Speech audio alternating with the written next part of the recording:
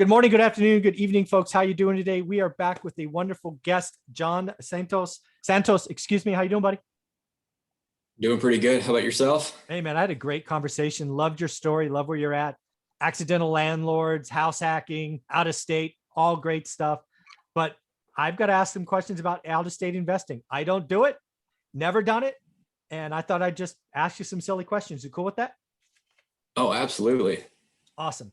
So in the first episode, you talked about your criteria, which was awesome. State capital, close to schools, crime, things like that would be really great for renters. I'm curious though. The first question I ask is, did you actually get on an airplane and go see these cities, or did you do the whole Google Maps and all of that? Did you actually get on a plane? Yeah, I actually did. Thank When God. we went to Indianapolis, yeah, I did look at some properties, but when I came back home, we put in a few offers. We ended up not getting any of those homes. Okay. Okay. So it wasn't until I want to say about a month or two later after the trip to Indianapolis that we actually bought our first out-of-state investment. So let's talk about it. So you pick a market, you do research, you buy a plane ticket, you head out there. Uh, were you there a weekend, or how long were you there? I was there for a weekend. Okay, so 2 or 3 days.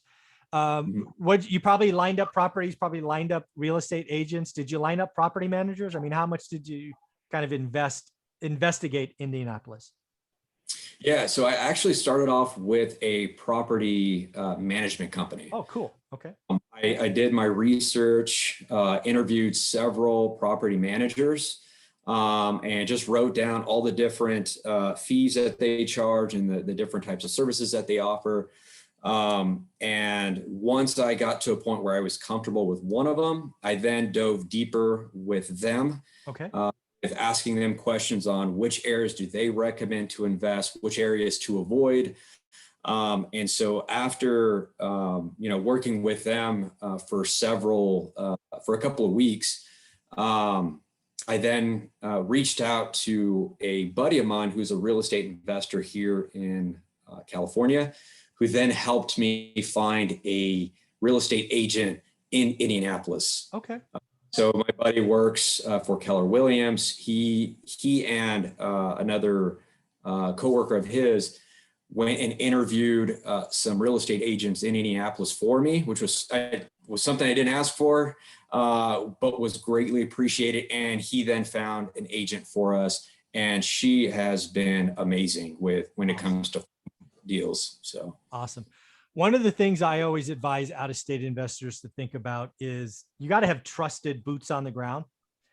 And, absolutely. you've got to have somebody tell you bad news, right? Being a property manager, stuff breaks, people disappoint you, and you need to hear the truth.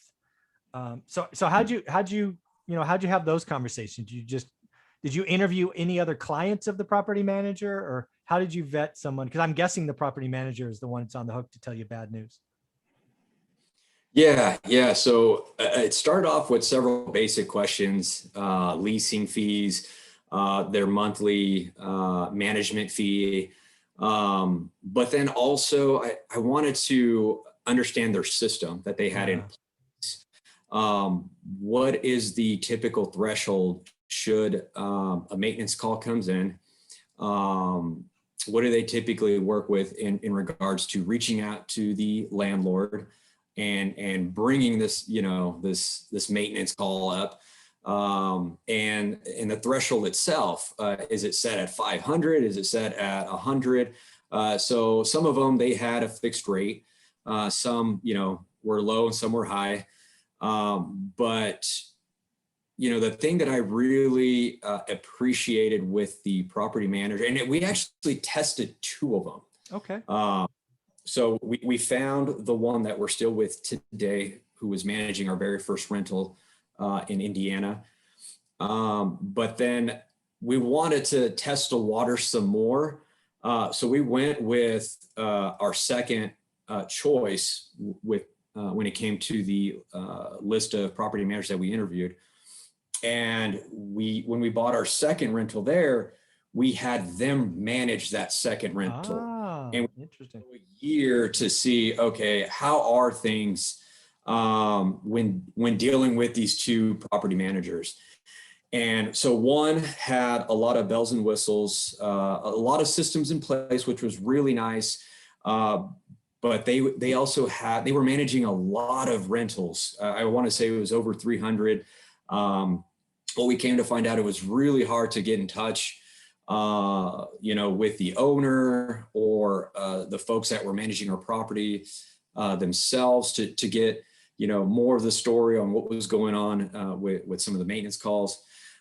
Versus our first property manager that was renting our first rental in Indiana was smaller. We didn't feel like a number to them. And anytime I called, he 9 times out of 10 would answer my call. And I could actually have a one-on-one conversation with the owner. And that was greatly appreciated. And that, I think, helped a lot with building that trust. Oh, yeah. So after that year, well, technically the second year, while having a second property manager managing our second rental, we decided to move that second rental back with the first property manager that we first found and went with. And once we got our third, we knew right away that there's no more tech. We really like the property manager that we have there. And the third one went under his umbrella right away. That's awesome. Yeah, I tell people all the time, it's boots on the ground first, then the market, then the deal. Too many people spend time looking at the internet, finding the deal. Trust me, if you find the best deal on the planet, but you haven't evaluated the city or the team, don't even bother. You can lose a lot of money in a great deal if you pick the wrong team. And you could be dealing with a lot of headaches. Oh, yeah. All right. And then, so it sounds like, you flew out for Indianapolis. I'm going to guess, based on the way you answered that question, you did not fly out to Memphis. We did not. I was right again. Yes. We have yet to visit Memphis. All right. What the hell? You're putting real money down. You're buying a duplex in Memphis and you don't even get on a plane. What the hell? I know. I will say Memphis was our one-off investment. Okay. With our criteria. The only thing that was really great, or I should say 2 things that were really great about it, was the price and the area. But as for being close to a capital, the state capital, let's be honest, it doesn't have the best crime rate record, for Memphis. All the other stuff that we were looking for, it didn't really meet our actual criteria. And so we like to call that one our one-off rental. Okay. But so I got to know. So when did you close that? Sounds like it's recent. Yeah. So our first out-of-state investment was 2017. Okay. That's Indiana. And in Indiana, yeah. We bought our second rental, which was the duplex in Memphis in 2008. Oh, okay. Yeah. So you've had it 3 years. All right. Yeah. Okay. So not as recent as I thought. I got that one wrong. All right. So you actually have, 3 years of history. So how did it turn out? Oh man, that one. So we bought that duplex through a website called Roofstock. Okay. Yeah. Heard a website. It was advertised through, a couple of real estate podcasts. Yeah. I talk to them usually on Mondays, I think. Yeah. Okay. Oh, okay. Yeah. And so with them, they actually line up a property manager for you, which was nice at the beginning. But what we came to learn pretty quickly was, the way that they operated, the way that they did things, it just, as we got into the weeds with them, we weren't quite happy with how we're managing things. And so it led to me finding a new property manager, trying them out for a year. Yeah. And I'll be honest, after that year, we weren't quite pleased with their services as well. And so then we went and found another property management company, and we're still with them today. We're quite pleased with their services right now. I'm glad we're talking about this, because again, Mo, I got to tell you, it's not the deal. the deal can be cheap as hell, but if you don't have the team and the folks on the ground, they're going to make your life a living hell. Yes. And that's what we were going through those first couple of years. It's just the headaches, the turnovers that we were dealing with the duplex. Yeah. There's even a time where both units were vacant. Oh, months, and that was just killing. It just felt like it was killing us. yeah. Death by 1,000 cuts, right? I've been there. Yeah. Yeah. And, we were so glad to find our current property manager. They have been great to work with. We love their system in place. We trust them very well. And so it's just been quite the journey with that duplex. Yeah. But we're definitely at a much better place with that. Yeah. I mean, I just got to ask, I hear Memphis is on fire. I mean, from appreciation. Have you ever had the crazy idea of selling it, doing a 1031 exchange and buying a couple houses in Indianapolis? We have. Yeah. We actually, for a while, we actually had it on the market for a few months. The way that it was appraised. So we bought that for $139,000. Okay. We had a moment of trying to sell it. I think we were listing it for, I want to say 240,000 because that's what it appraised for at the time. Okay. Actually, that's what Roostock had appraised it for. We tried to resell it through Roostock. Okay. Didn't get any offers. This was last year. Okay. We then refinanced it last year, like we did with all of our other rentals. Yep. And again, just rate and term, you know right? what? So you lowered your payment. Exactly. Okay. We lowered our payments. We lowered our interest rates. We re-extended that. I mean, it wasn't, we didn't have money down, but we went back to a 30-year term again, or restarted that.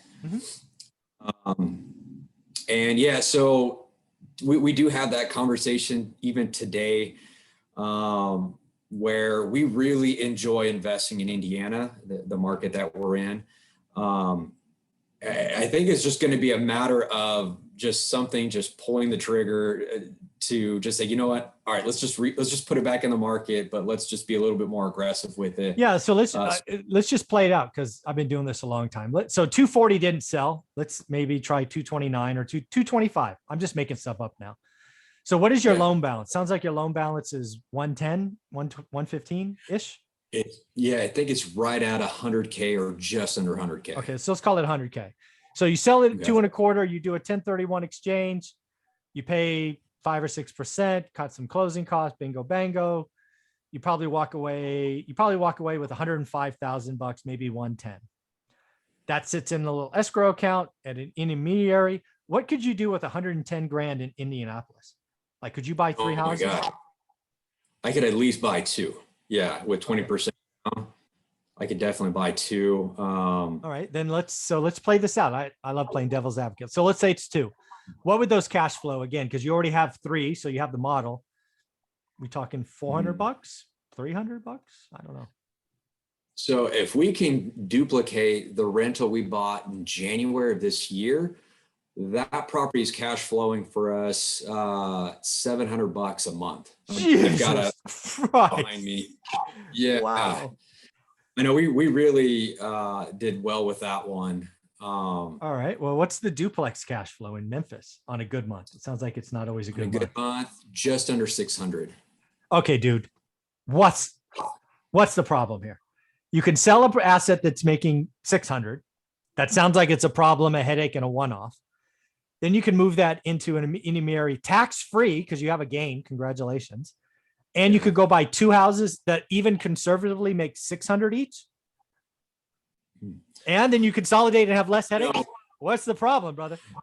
I know. What are we waiting for? What are you doing? I know. Right now, if anything would hold us back, it would be this move right now. I think once we settle at our new primary, I honestly could see us bringing this back to the table and saying, you know what, let's reconsider this. I know we've tried it before. We weren't successful, but yeah, you were too high. I mean, that's what the market told you, right? When properties don't sell, or when properties don't get offers, you're just too high. It's just where it is. Yeah. too high, and then maybe even try a different platform. Yeah. Not Roofstock. We really like the services they offered. But we think that maybe their platform is smaller compared to, I guess, working with a local agent and Oh, I guarantee you, Roofstock serves a need. They serve a need of busy W-2 employees who have cash and very little time. That's who their buyers are. If I owned an asset, I would put it on the local MLS with local buyers because there's 10 times as many people out there, right? You just gotta. That's why turnkey providers. The reason Roofstock exists is because turnkey providers are working on building duplexes or houses, renting them up, and they want to get top dollar. And what do? They come to Roofstock because they got a bunch of California buyers and buyers with more cash than time. It works. But yeah, dude, if I'm going to sell something, it ain't going there. I'm going to put it on the local market, more eyes, more eyeballs, more views. Yeah. That's what we need to try. Yeah, absolutely.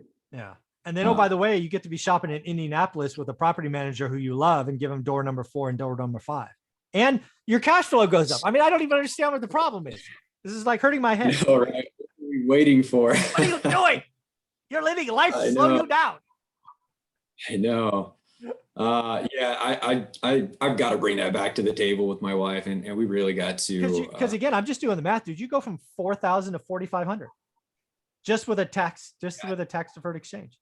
You kick out 6 and you get 12, right? You get to 4,500, and you remove a headache. I mean, how many like when you look at a full year, what percent of your headaches is Memphis? 70? Oh my gosh. 80? I have to say 70, 80%. Yeah. Dude, what the hell? I know. Take out the thorn, call up a local agent, get that property listed tomorrow. Yeah. Listed at something less than 240. Let them tell you what it is. It's going to be 2.25 or something. And sell the crazy thing too is, so Roofstock gave us their appraisal early last year, and it appraised for 240 based on their books.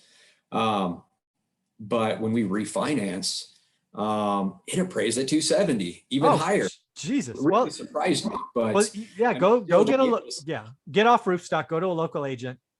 And I mean, shoot, if you get 250, I mean, these numbers get crazy. Happy. You literally could sell one headache and you could buy 3 if the numbers work out. I mean, come on, brother. Yeah. What are you doing? You got to sign your name like 7 times. Who cares? It's not that hard. Yeah, honestly, me and my wife, we've got to talk about this again, because we've tried it once.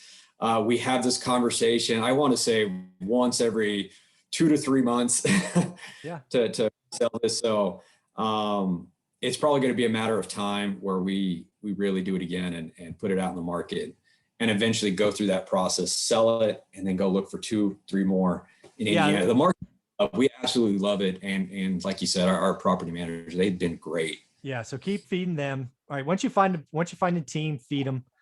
Just so you know, if you're going to do this route, I would start shopping in Indianapolis first, because the hardest thing about a 1031 exchange is the timeframes, right? So you really want to know, you don't want to sell, close, and then be in a rush to find something. You're not going to write offers until you're closed on the sale, but you want to get your feet wet, start looking at the inventory, start seeing what's going on. You may be doing that already, I don't know. But a 1031 does have timeframes, so look those up, be ready for it. But yeah, dude, get rid of 70% of your headaches and double your cash flow. I mean, really? Is this really a conversation we're having right now? No, when we talk about it out loud, it just sounds crazy that sometimes. I've been doing this a while though, so I hear it all the time. Yeah. So this is great. I'm actually glad that we're having this conversation. Someone with a lot of real estate experience, and sharing your recommendation. It actually helps a lot more, because there's a lot of times where when you have these thoughts, and me and my wife, were with the experience that we have, it's just us. Yeah. We still have our doubts, and to have this conversation with someone like you with a lot of experience, it helps a lot. So I think it's just going to be a matter of time of just putting it back on the market. Yeah, dude, stop that time excuse. It doesn't take a lot to DocuSign a freaking listing agreement. It's like 2 minutes. I do it all the time. Yeah. I know I need to go do my research and find an agent in Memphis. There you go. Go do We that. get off the phone. Yeah. All right, buddy. Well, I appreciate you giving me some time. I know it's your lunch break, so thank you. Yeah, thank you. I appreciate this. This has been a great experience. It's been awesome, amazing to sit down and have this conversation with you. So thank you very much for this opportunity. You got it, John. Have a wonderful day. Take care. Good luck. Thank you. All right. Bye.